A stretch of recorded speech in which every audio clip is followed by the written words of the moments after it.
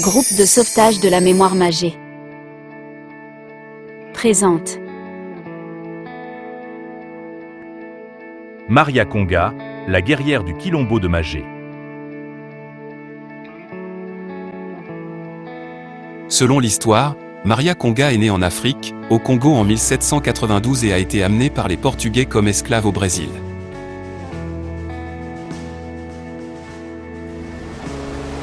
Les navires négriers qui transportaient les Africains au Brésil étaient appelés timbeiros. Beaucoup de Noirs, entassés dans les cales, moururent pendant le voyage.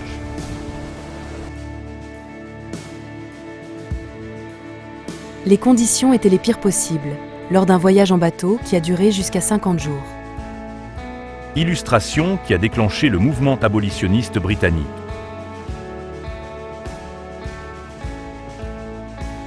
En 1645, la pénurie de pièces détachées était flagrante en Amérique. Les navires transportaient plus d'1 millier de pièces en un seul voyage. Dans certains cas, le taux de mortalité atteignait 50%. Arrivée en 1804, séparée de ses parents et de ses frères et sœurs, elle fut vendue à un propriétaire de sucrerie à Salvador à l'âge de 12 ans et baptisée sous le nom de Maria da Conceição.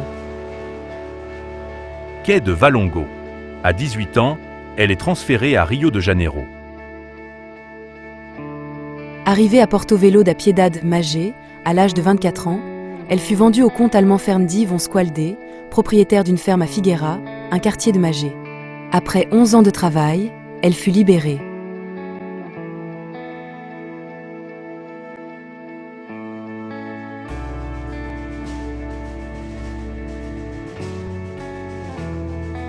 Lorsque les esclaves arrivaient d'Afrique, ils débarquaient à l'ancien Porto da Piedade, où se trouvait la place des enchères, et étaient enchaînés au mur. Les esclaves mettaient déjà en place leur stratégie de résistance dans le berceau de la municipalité de Magé.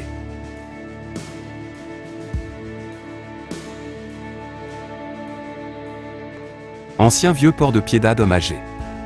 En 1831, la loi Feijó interdisait la traite transatlantique des esclaves au Quai Valongo au Rio de Janeiro, mais ce commerce commença à être pratiqué illégalement dans le vieux port de Praia da Piedade, à partir de 1831 jusqu'à la loi Eusébio de Queiroz en 1850. Le professeur Carlos Gabriel, de l'Institut d'Histoire de l'Université fédérale Fluminense, a expliqué que le 7 novembre 1831, la loi Feijó a interdit la traite des esclaves à Valongo, la déplaçant à Porto Velho da Piedade Magé, lieu de débarquement illégal des esclaves, trompant les Anglais jusqu'en 1850, qui voulaient la fin de la traite des esclaves au Brésil. Avec le commerce illégal d'Africains pratiqué à Porto Velho da Piedade à Magé, l'expression « LOI pour que les Anglais voient » est apparue, utilisée pour décrire des lois ou des règles qui sont démagogiques et ne sont pas respectées dans la pratique.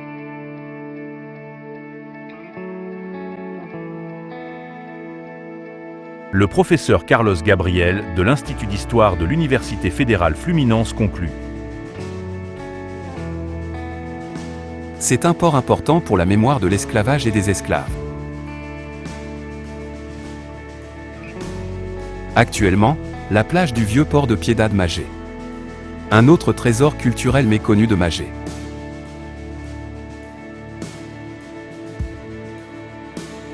Une phrase célèbre de Maria Conga, lorsqu'elle tomba entre les mains d'un maître d'esclaves. Tu as emprisonné mon corps, détruit mes rêves, mais tu n'as pas réussi à aliéner ma conscience de femme noire.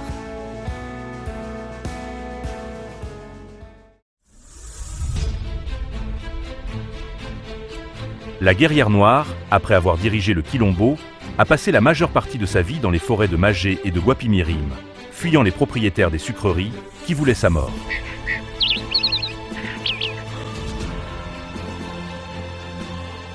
Les esclaves, fatigués des mauvais traitements, s'enfuirent vers le Quilombo da Maria Conga.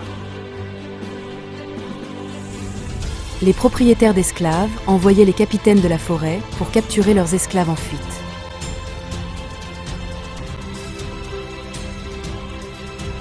À l'époque, Moro do Bonfim était la voie d'évacuation des esclaves se dirigeant vers Quilombo.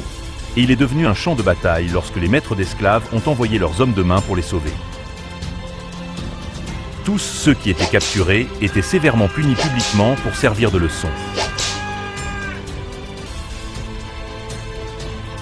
Il leur était interdit de pratiquer leur religion, leurs fêtes et leurs rituels.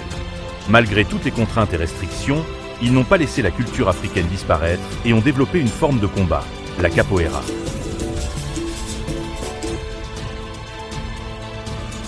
Maria da Conceição, surnommée Maria Conga, n'a laissé aucune descendance et a passé sa vie à rechercher sa famille, qu'elle n'a jamais retrouvée. On se souvient d'elle disant que personne ne l'a jamais vue pleurer. Oubliée de notre histoire officielle, elle était une guerrière charismatique et mourut à l'âge de 103 ans le 5 octobre 1895.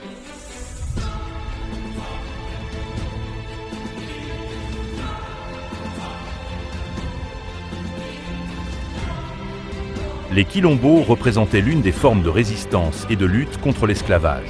Ils aspiraient à la liberté, sauvaient la culture et contribuaient à la formation de la culture afro-brésilienne. Enterré au cimetière de Bongaba, à côté de l'église Notre-Dame de Piedade de Inomirim, ancien chemin des mineurs. Le Morro da Maria Conga est situé tout près du centre de Magé, au bord de la voie ferrée. Classée trésor culturel par le ministère de la Culture, cette colline est un véritable trésor culturel.